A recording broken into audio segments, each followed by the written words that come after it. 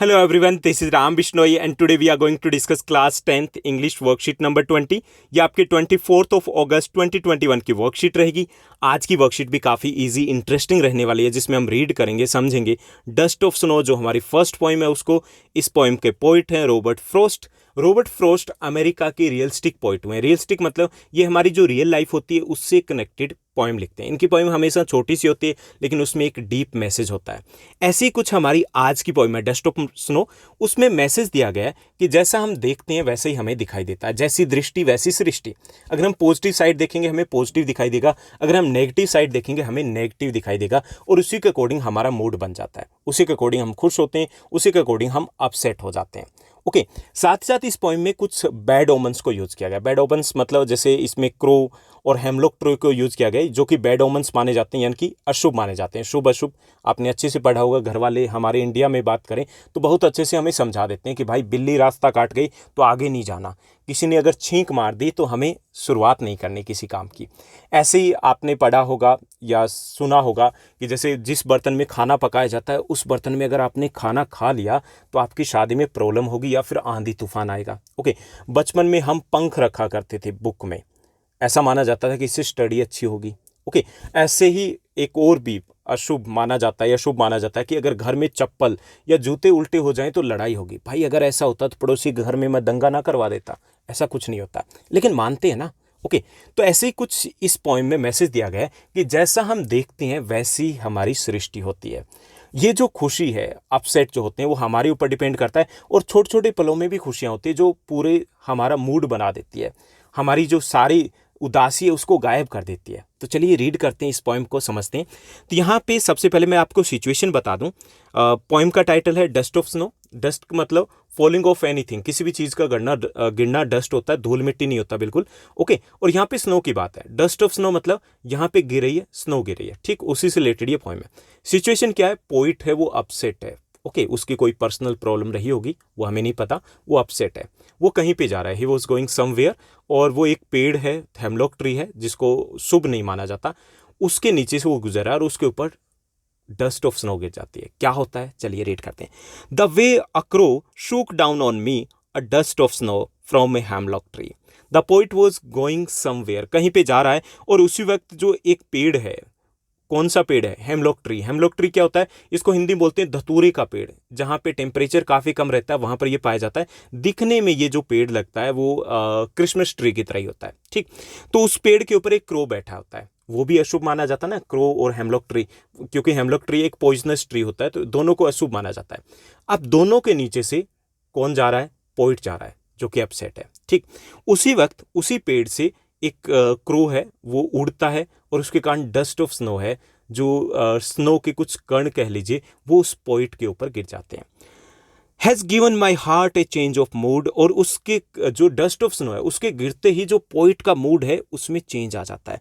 I saved some part of a day I had rued, और उसके day का कुछ पार्ट, जो कि पूरा दिन क्या था, बर्बाद हो गया था क्योंकि अपसेट था, उस डे का कुछ पार्ट उसका बच जाता है, बर्बाद होने से बच जाता है, क्योंकि उसका मूड चेंज हो जाता है जब वो थोड़ी सी बर्फ गिरती है। ओके, थोड़ी सी जो स्नो गिरती है उसके ऊपर। तो यहाँ देखिए कि छोटी सी पोएम में इसमें मैसेज दिया गया है कि छोटी छोटी चीज़ें उसमें खुशियाँ मिलती है, हमारे ऊपर डिपेंड करता है कि हम पॉजिटिव साइड देख रहे हैं या फिर नेगेटिव साइड देख रहे हैं। उसी के अकॉर्डिंग हमारी जो अपसेट है, हम सैड हैं या फिर हम हैप्पी हैं, वो डिपेंड करता है। तो ये छोटी सी पोएम थी जिसको हमने पढ़ा समझा, और इसका मैसेज हम पहले ही डिस्कस कर चुके हैं कि जो पॉजिटिविटी होती है वो हमारे आसपास होती है, डिपेंड करती है हम कैसे देखते हैं, हमारा पॉजिटिव एटीट्यूड है या फिर हम नेगेटिव पॉइंट ऑफ व्यू से उन चीज़ों को देखते हैं। अब इसी पोइम पर बेस्ड कुछ इजी क्वेश्चंस दिए गए, चलिए देखते हैं, सॉल्व करते हैं। यहाँ फिर जो हमारा फर्स्ट क्वेश्चन दिया गया, फर्स्ट टास्क दिया गया, find words from the poem that rhyme with the words given below. हमें कुछ राइमिंग वर्ड्स फाइंड आउट करने हैं। जैसे क्रो है तो यहाँ पे पोएम से ही फाइंड आउट करना है, crow snow, me tree, heart part, mood rude, RUED। Okay, इसकी प्रोनाउंसिएशन रूड रहेगी, ROOD की तरह ही रहेगी। Okay, mood rude. तो ये हो गए हमारी फर्स्ट एक्सरसाइज, फर्स्ट टास्क।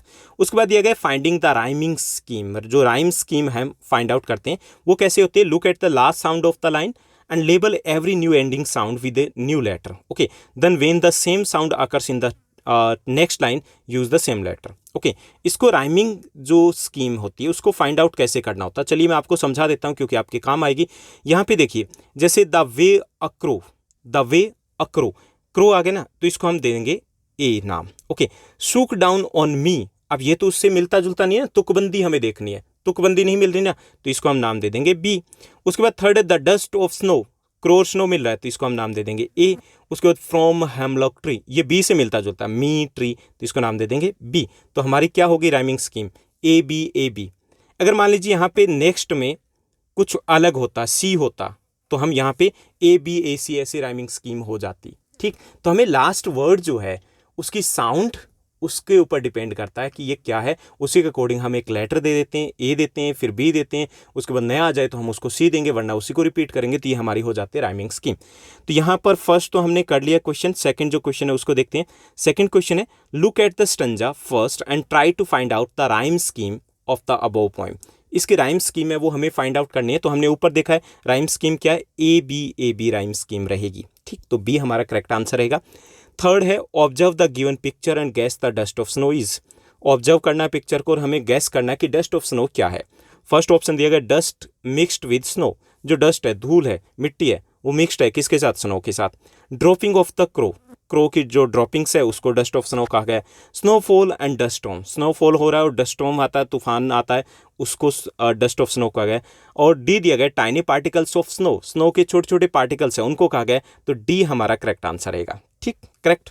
उसके बाद फोर्थ क्वेश्चन को देख लीजिए। फोर्थ क्वेश्चन है what characteristics of a hemlock tree is focused by the poet. Poet ने हेमलॉक ट्री को यहाँ पर लिया है, तो वो किसको सिंबलाइज करता है, ओके, किसका प्रतीक है। तो यहाँ पे फर्स्ट है अ फ्रूट बियरिंग ट्री, उसको दिखाया गया कि एक फ्रूट बियरिंग ट्री है जिसके फल लगते हैं। सेकंड है अ पॉइजनस ट्री है, जो जहरीला पेड़ है, उसके तौर पर इसको लिया गया, बैड ओमन के तौर पे लिया गया। थर्ड एक शेडी ट्री जिसके बहुत सारे पत्ते होते हैं, छायादार पेड़ है, या फिर अन ओल्ड ट्री के तौर पर लिया गया। तो इसमें बी हमारा करेक्ट आंसर रहेगा, एज ए पॉइजनस ट्री है, इसको सिंबलाइज किया गया इस पोएम में। उसके बाद फिफ्थ हमारा क्वेश्चन है, फिफ्थ क्वेश्चन को देखिए। फिफ्थ क्वेश्चन है द पोइट सेज, पोइट कहता है of a day I had rued, what is the meaning of rued. यहाँ पे रूट जो वर्ड है उसका मीनिंग क्या है। फर्स्ट है एंजॉयड, कि डे जो मैंने एंजॉय किया। हेल्ड इन रिग्रेट, जिसमें वो अपसेट रहते हैं, मतलब पछतावा होता है, कोई टेंशन होती है। सी दिया गया रूल्ड, जिस पे शासन किया। और डी है कंकर्ड, जो विजित होता है। तो इसमें बी आपका करेक्ट आंसर रहेगा, हेल्ड इन रिग्रेट, यानी कि जिस पे पछतावा था। ओके, रूड मतलब पछतावा, या फिर जिसको लेकर के वो अपसेट थे, जो डे जो उसने बर्बाद कर दिया था। ओके, तो बी हमारा करेक्ट आंसर रहेगा। इसमें फर्स्ट जो हमारा क्वेश्चन था उसके आंसर मैंने रिटन में भी दिए ताकि आपको प्रॉब्लम ना हो। जैसे फाइंड आउट क्या करना था, हमें राइमिंग वर्ड फाइंड आउट करने थे। तो क्रो का स्नो होगा, मी का ट्री होगा, हार्ट का पार्ट होगा, और मूड का रूड होगा। तो ये थी हमारी आज की इजी वर्कशीट। आई होप सब कुछ बहुत अच्छे समझ में आया होगा। अगर आपको ये वीडियो वर्कशीट अच्छी लगी तो इस वीडियो को लाइक करना है, शेयर करना है, फ्रेंड्स के साथ शेयर कर सकते हो। ओके, और एक छोटा सा कमेंट भी करना है अगर एक्चुअल में ये पोएम अच्छी लगी। Thank you, bye bye, have a nice day. मिलते हैं नेक्स्ट वीडियो में।